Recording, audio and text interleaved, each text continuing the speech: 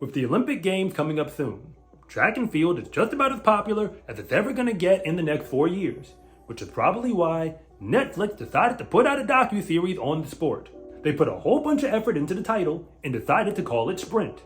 I'm not making this up, that's actually the title. Because I love track and field, and I used to be a sprinter, I figured that I should probably check it out.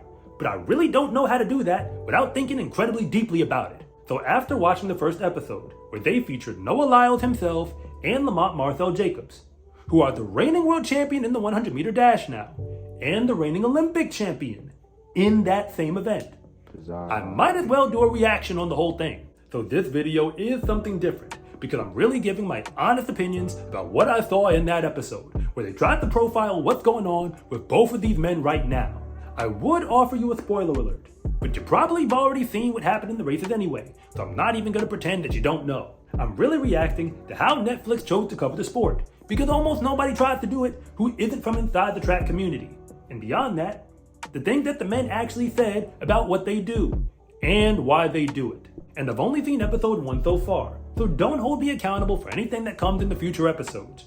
But I will say that at least that one was actually pretty entertaining. They tried to shoot it more like a movie than a traditional documentary, and try to play up the drama within the sport.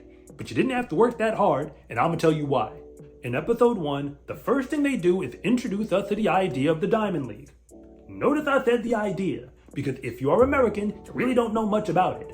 Gold medalist Michael Johnson comes on screen and explains that the Olympics are clearly the pinnacle of the sport, with all the history that goes along with it. But the Diamond League is the best thing you've got going on if you are a pro, and the Olympics ain't happening this year. I can boil down the whole episode to this point right here. They're following around Noah Lyles and Lamont Marcell Jacobs before they face off in a Diamond League event in Paris in 2023. It's actually 2 months before the World Championships go off. Ferdinand Omanyala of Kenya was there in the race, and they do put him on camera talking a little bit, but like I said, a little bit, so I ain't gonna focus on that. And they do a pretty good job of trying to represent the intensity of the moment. Because allow me to break something down real quick. If you want to be a professional track and field athlete, and you really want to make good money while you do it, there's really only one event that you can do and pull that off. If you don't run the 100-meter dash, in the eyes of most casual track fans, they're not really going to pay attention that much. There's not much money to be made in being the 20th fastest man in the world. Most people can't even tell you who got second to Usain Bolt in the Olympics. It doesn't even matter what year or what race, because we're only focused on the man in first anyway. And they actually do interview Bolt, but he doesn't say anything that we didn't already know, which is that his records are far out of reach, and that yes, they are made to be broken, but it's gonna be really hard to pull off. He's saying that because Noah Lyles goes on record to make it clear that he believes he's going to break those records. And yes, he's talking about the 100-meter world record, the 958. I totally get it, why he has to believe that for himself, and I personally would love to see him pull it off. But I'm pretty sure I can speak for most track fans that we ain't holding our breath. The drama they focus on with Noah is that he's shifting down to the 100 for the 2023 season. And we already know how that turned out at the World Championships that year. They talk about his 200-meter dominance and why he feels that he has to shift down to the 100. But it all comes down to this. Noah Lyles, up until this point in his career, is a man who has done just about everything you're supposed to do in track and field, except win in the one race that he actually needs to run, which is the Olympic final in the 100 and the 200. He got there in the 200 back in 2021, but was unable to run at his best when he did, which is why he got the bronze medal. And he didn't even make it in the 100. So right now he's in a very awkward position, because real track and field fans know how talented he is. But the rest of the world still thinks that Lamont Marcell Jacobs is the fastest man in the world, because he got the job done in the one race that actually counts. My true reaction to everything they show us about Noah in that episode comes down to these points. One is that Noah Lyles wants to be a superstar. And notice, I didn't say anything about track and field. He's trying to draw as much attention as possible to himself, because we basically run this sport the same way they do boxing or the UFC. It's all about the matchups and it's all about the personalities. The only real problem with that is we still live in a track and field world, where unless you break a world record, or win a gold medal in the Olympics. Nobody really paying attention to what you're doing. To keep it a buck with you, winning 3 gold medals at the World Championships was only a big deal because it was a step in the right direction to repeating the same feat again at the Olympics. Don't get me wrong, the Worlds are a major event for the track and field community, but the Olympics are an even bigger event for the entire athletic community. If Noah Lyles doesn't win the 100, the 200, and the 4x1 in Paris this summer, or beyond that, break a world record along the way, and I ain't talking about the relay either, then to be real with you, the needle is probably not going to move much for him in his career. I know it, and I'm sure he knows it too. The statements he made during episode 1 were more than enough to point that out. So at this point in his career, it's either win everything at the Olympics and break world records or die trying. Because Noah Lyles can still claim the title as the world's fastest man during the Olympics.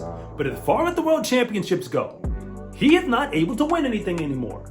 All he can ever do is fail to win. And please forgive me, but I've definitely got to say this last part, because they spent a whole bunch of time trying to sensationalize how hard it's going to be for Noah Lyles to enter the 100.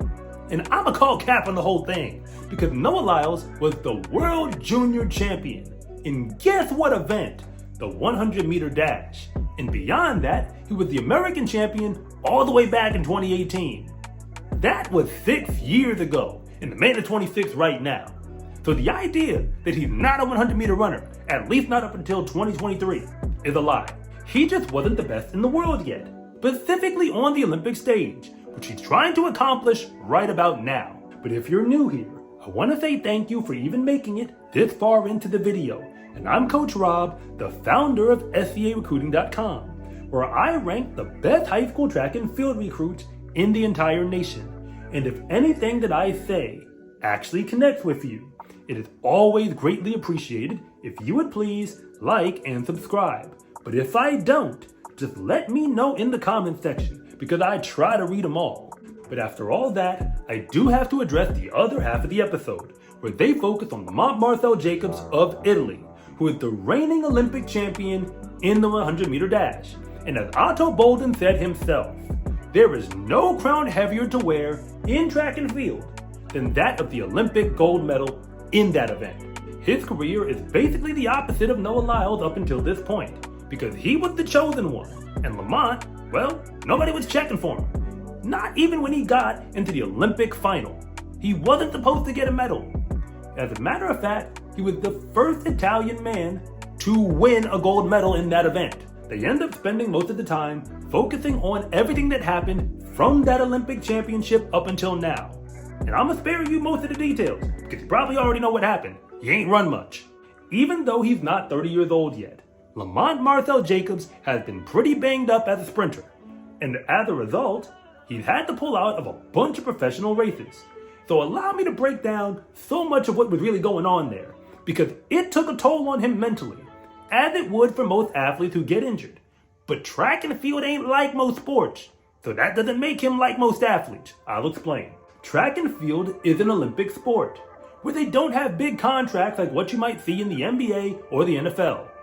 But the Olympics is also the pinnacle of the sport, which is kind of a problem, because you don't really get paid from competing in the Olympics, even if you win the gold medal. The value of the Olympics to an athlete is from the sponsorships and all of the other endorsements that you get after you've earned the title of an Olympic champion. Nobody really knows what the appearance fees are for athletes in track and field, but Justin Gatlin had given us a bit of an idea. So we can assume that Lamont Marcell Jacobs, after he became the Olympic champion, was normally being offered like $100K a pop to show up for appearances. In other words, meet promoters in track and field, even in the Diamond League, are acting more or less like boxing or the UFC. You get big name athletes like the Olympic gold medalist. You put them on posters and tell people to come pay for the tickets. So when Lamont Marcell Jacobs wins the gold medal, he kinda has to show up and run if he wants to get paid.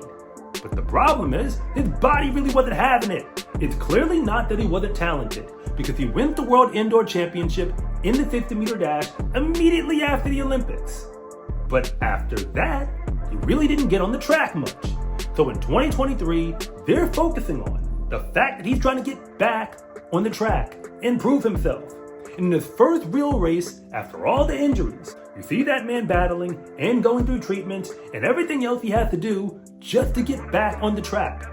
I'm gonna point out, maybe it's selective editing, but the day before the Paris Diamond League meet, the one they're focusing on in the actual episode, he was in the water doing some form of an aqua jog workout. That is not normal. The day before a track meet, you're normally doing a pre-meet on the track. Spoiler alert, he goes on to lose the race, and he's not even in second place either. Noah Lyles actually wins, and that's not supposed to happen when you're the reigning Olympic champion. Most of Lamont Marcell Jacobs' career at least appears to be him trying to prove that winning the 100-meter dash in the Olympics was not a fluke, because the world thinks he's the fastest man out there. So he has to kind of go out there and prove it. He just hasn't been able to do so. I think the episode does a pretty good job of showing just how intense the 100-meter dash actually is at the professional level. Because in case people aren't paying attention, there are a whole bunch of athletes with low-level sponsorships, some of which are unattached, who are really fast across the world. And they show up in these races, some even in Diamond League races. But they ain't getting paid for no appearance fees. They're just trying to get some money. Any money. If I had to sum up the first episode in one sentence, it would probably go something like this. In pro sprinting, if you're not first, then you're last. That is what happened to Noah Lyles at the last Olympics. He wasn't first, so he might as well have been in last place. And he's been in first place almost ever since then. But it doesn't matter, because he hasn't done it in the one race he needs to run yet.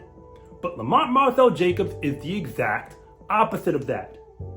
He was first when everybody was watching, even if he hadn't been first since. And until somebody else takes that crown, he still gets to wear it. And he also gets all the appearance fees that go along with that as a result, which is likely why Noah Lyles treats every single race that he gets as a performance, because he's really doing a dress rehearsal for the one stage that he actually needs to get back to and perform at his best. I really had no expectations for how good this sprint docuseries was going to be, because track and field coverage normally doesn't get treated all that well. I see the angle that they're coming with, and it's actually pretty entertaining, because we don't get to know what pro track and field actually is like, unless you know people who are actually on the circuit. And for all the high school level, and for that matter college athletes who want to get to that level, they owe it to themselves to probably take a look at it, because if you are a sprinter, specifically, you need to know what you're getting into, because remember, if you're not first, then you're last, and that's that. SCA track and field gear is here. Fast is a lifestyle, and what you wear should reflect that. Order yours at scarecruiting.com/shop, or use the link in the description below. It's a huge support to me and this channel, so I can continue to make you more content like this. And remember, it is always greatly appreciated if you would please like and subscribe.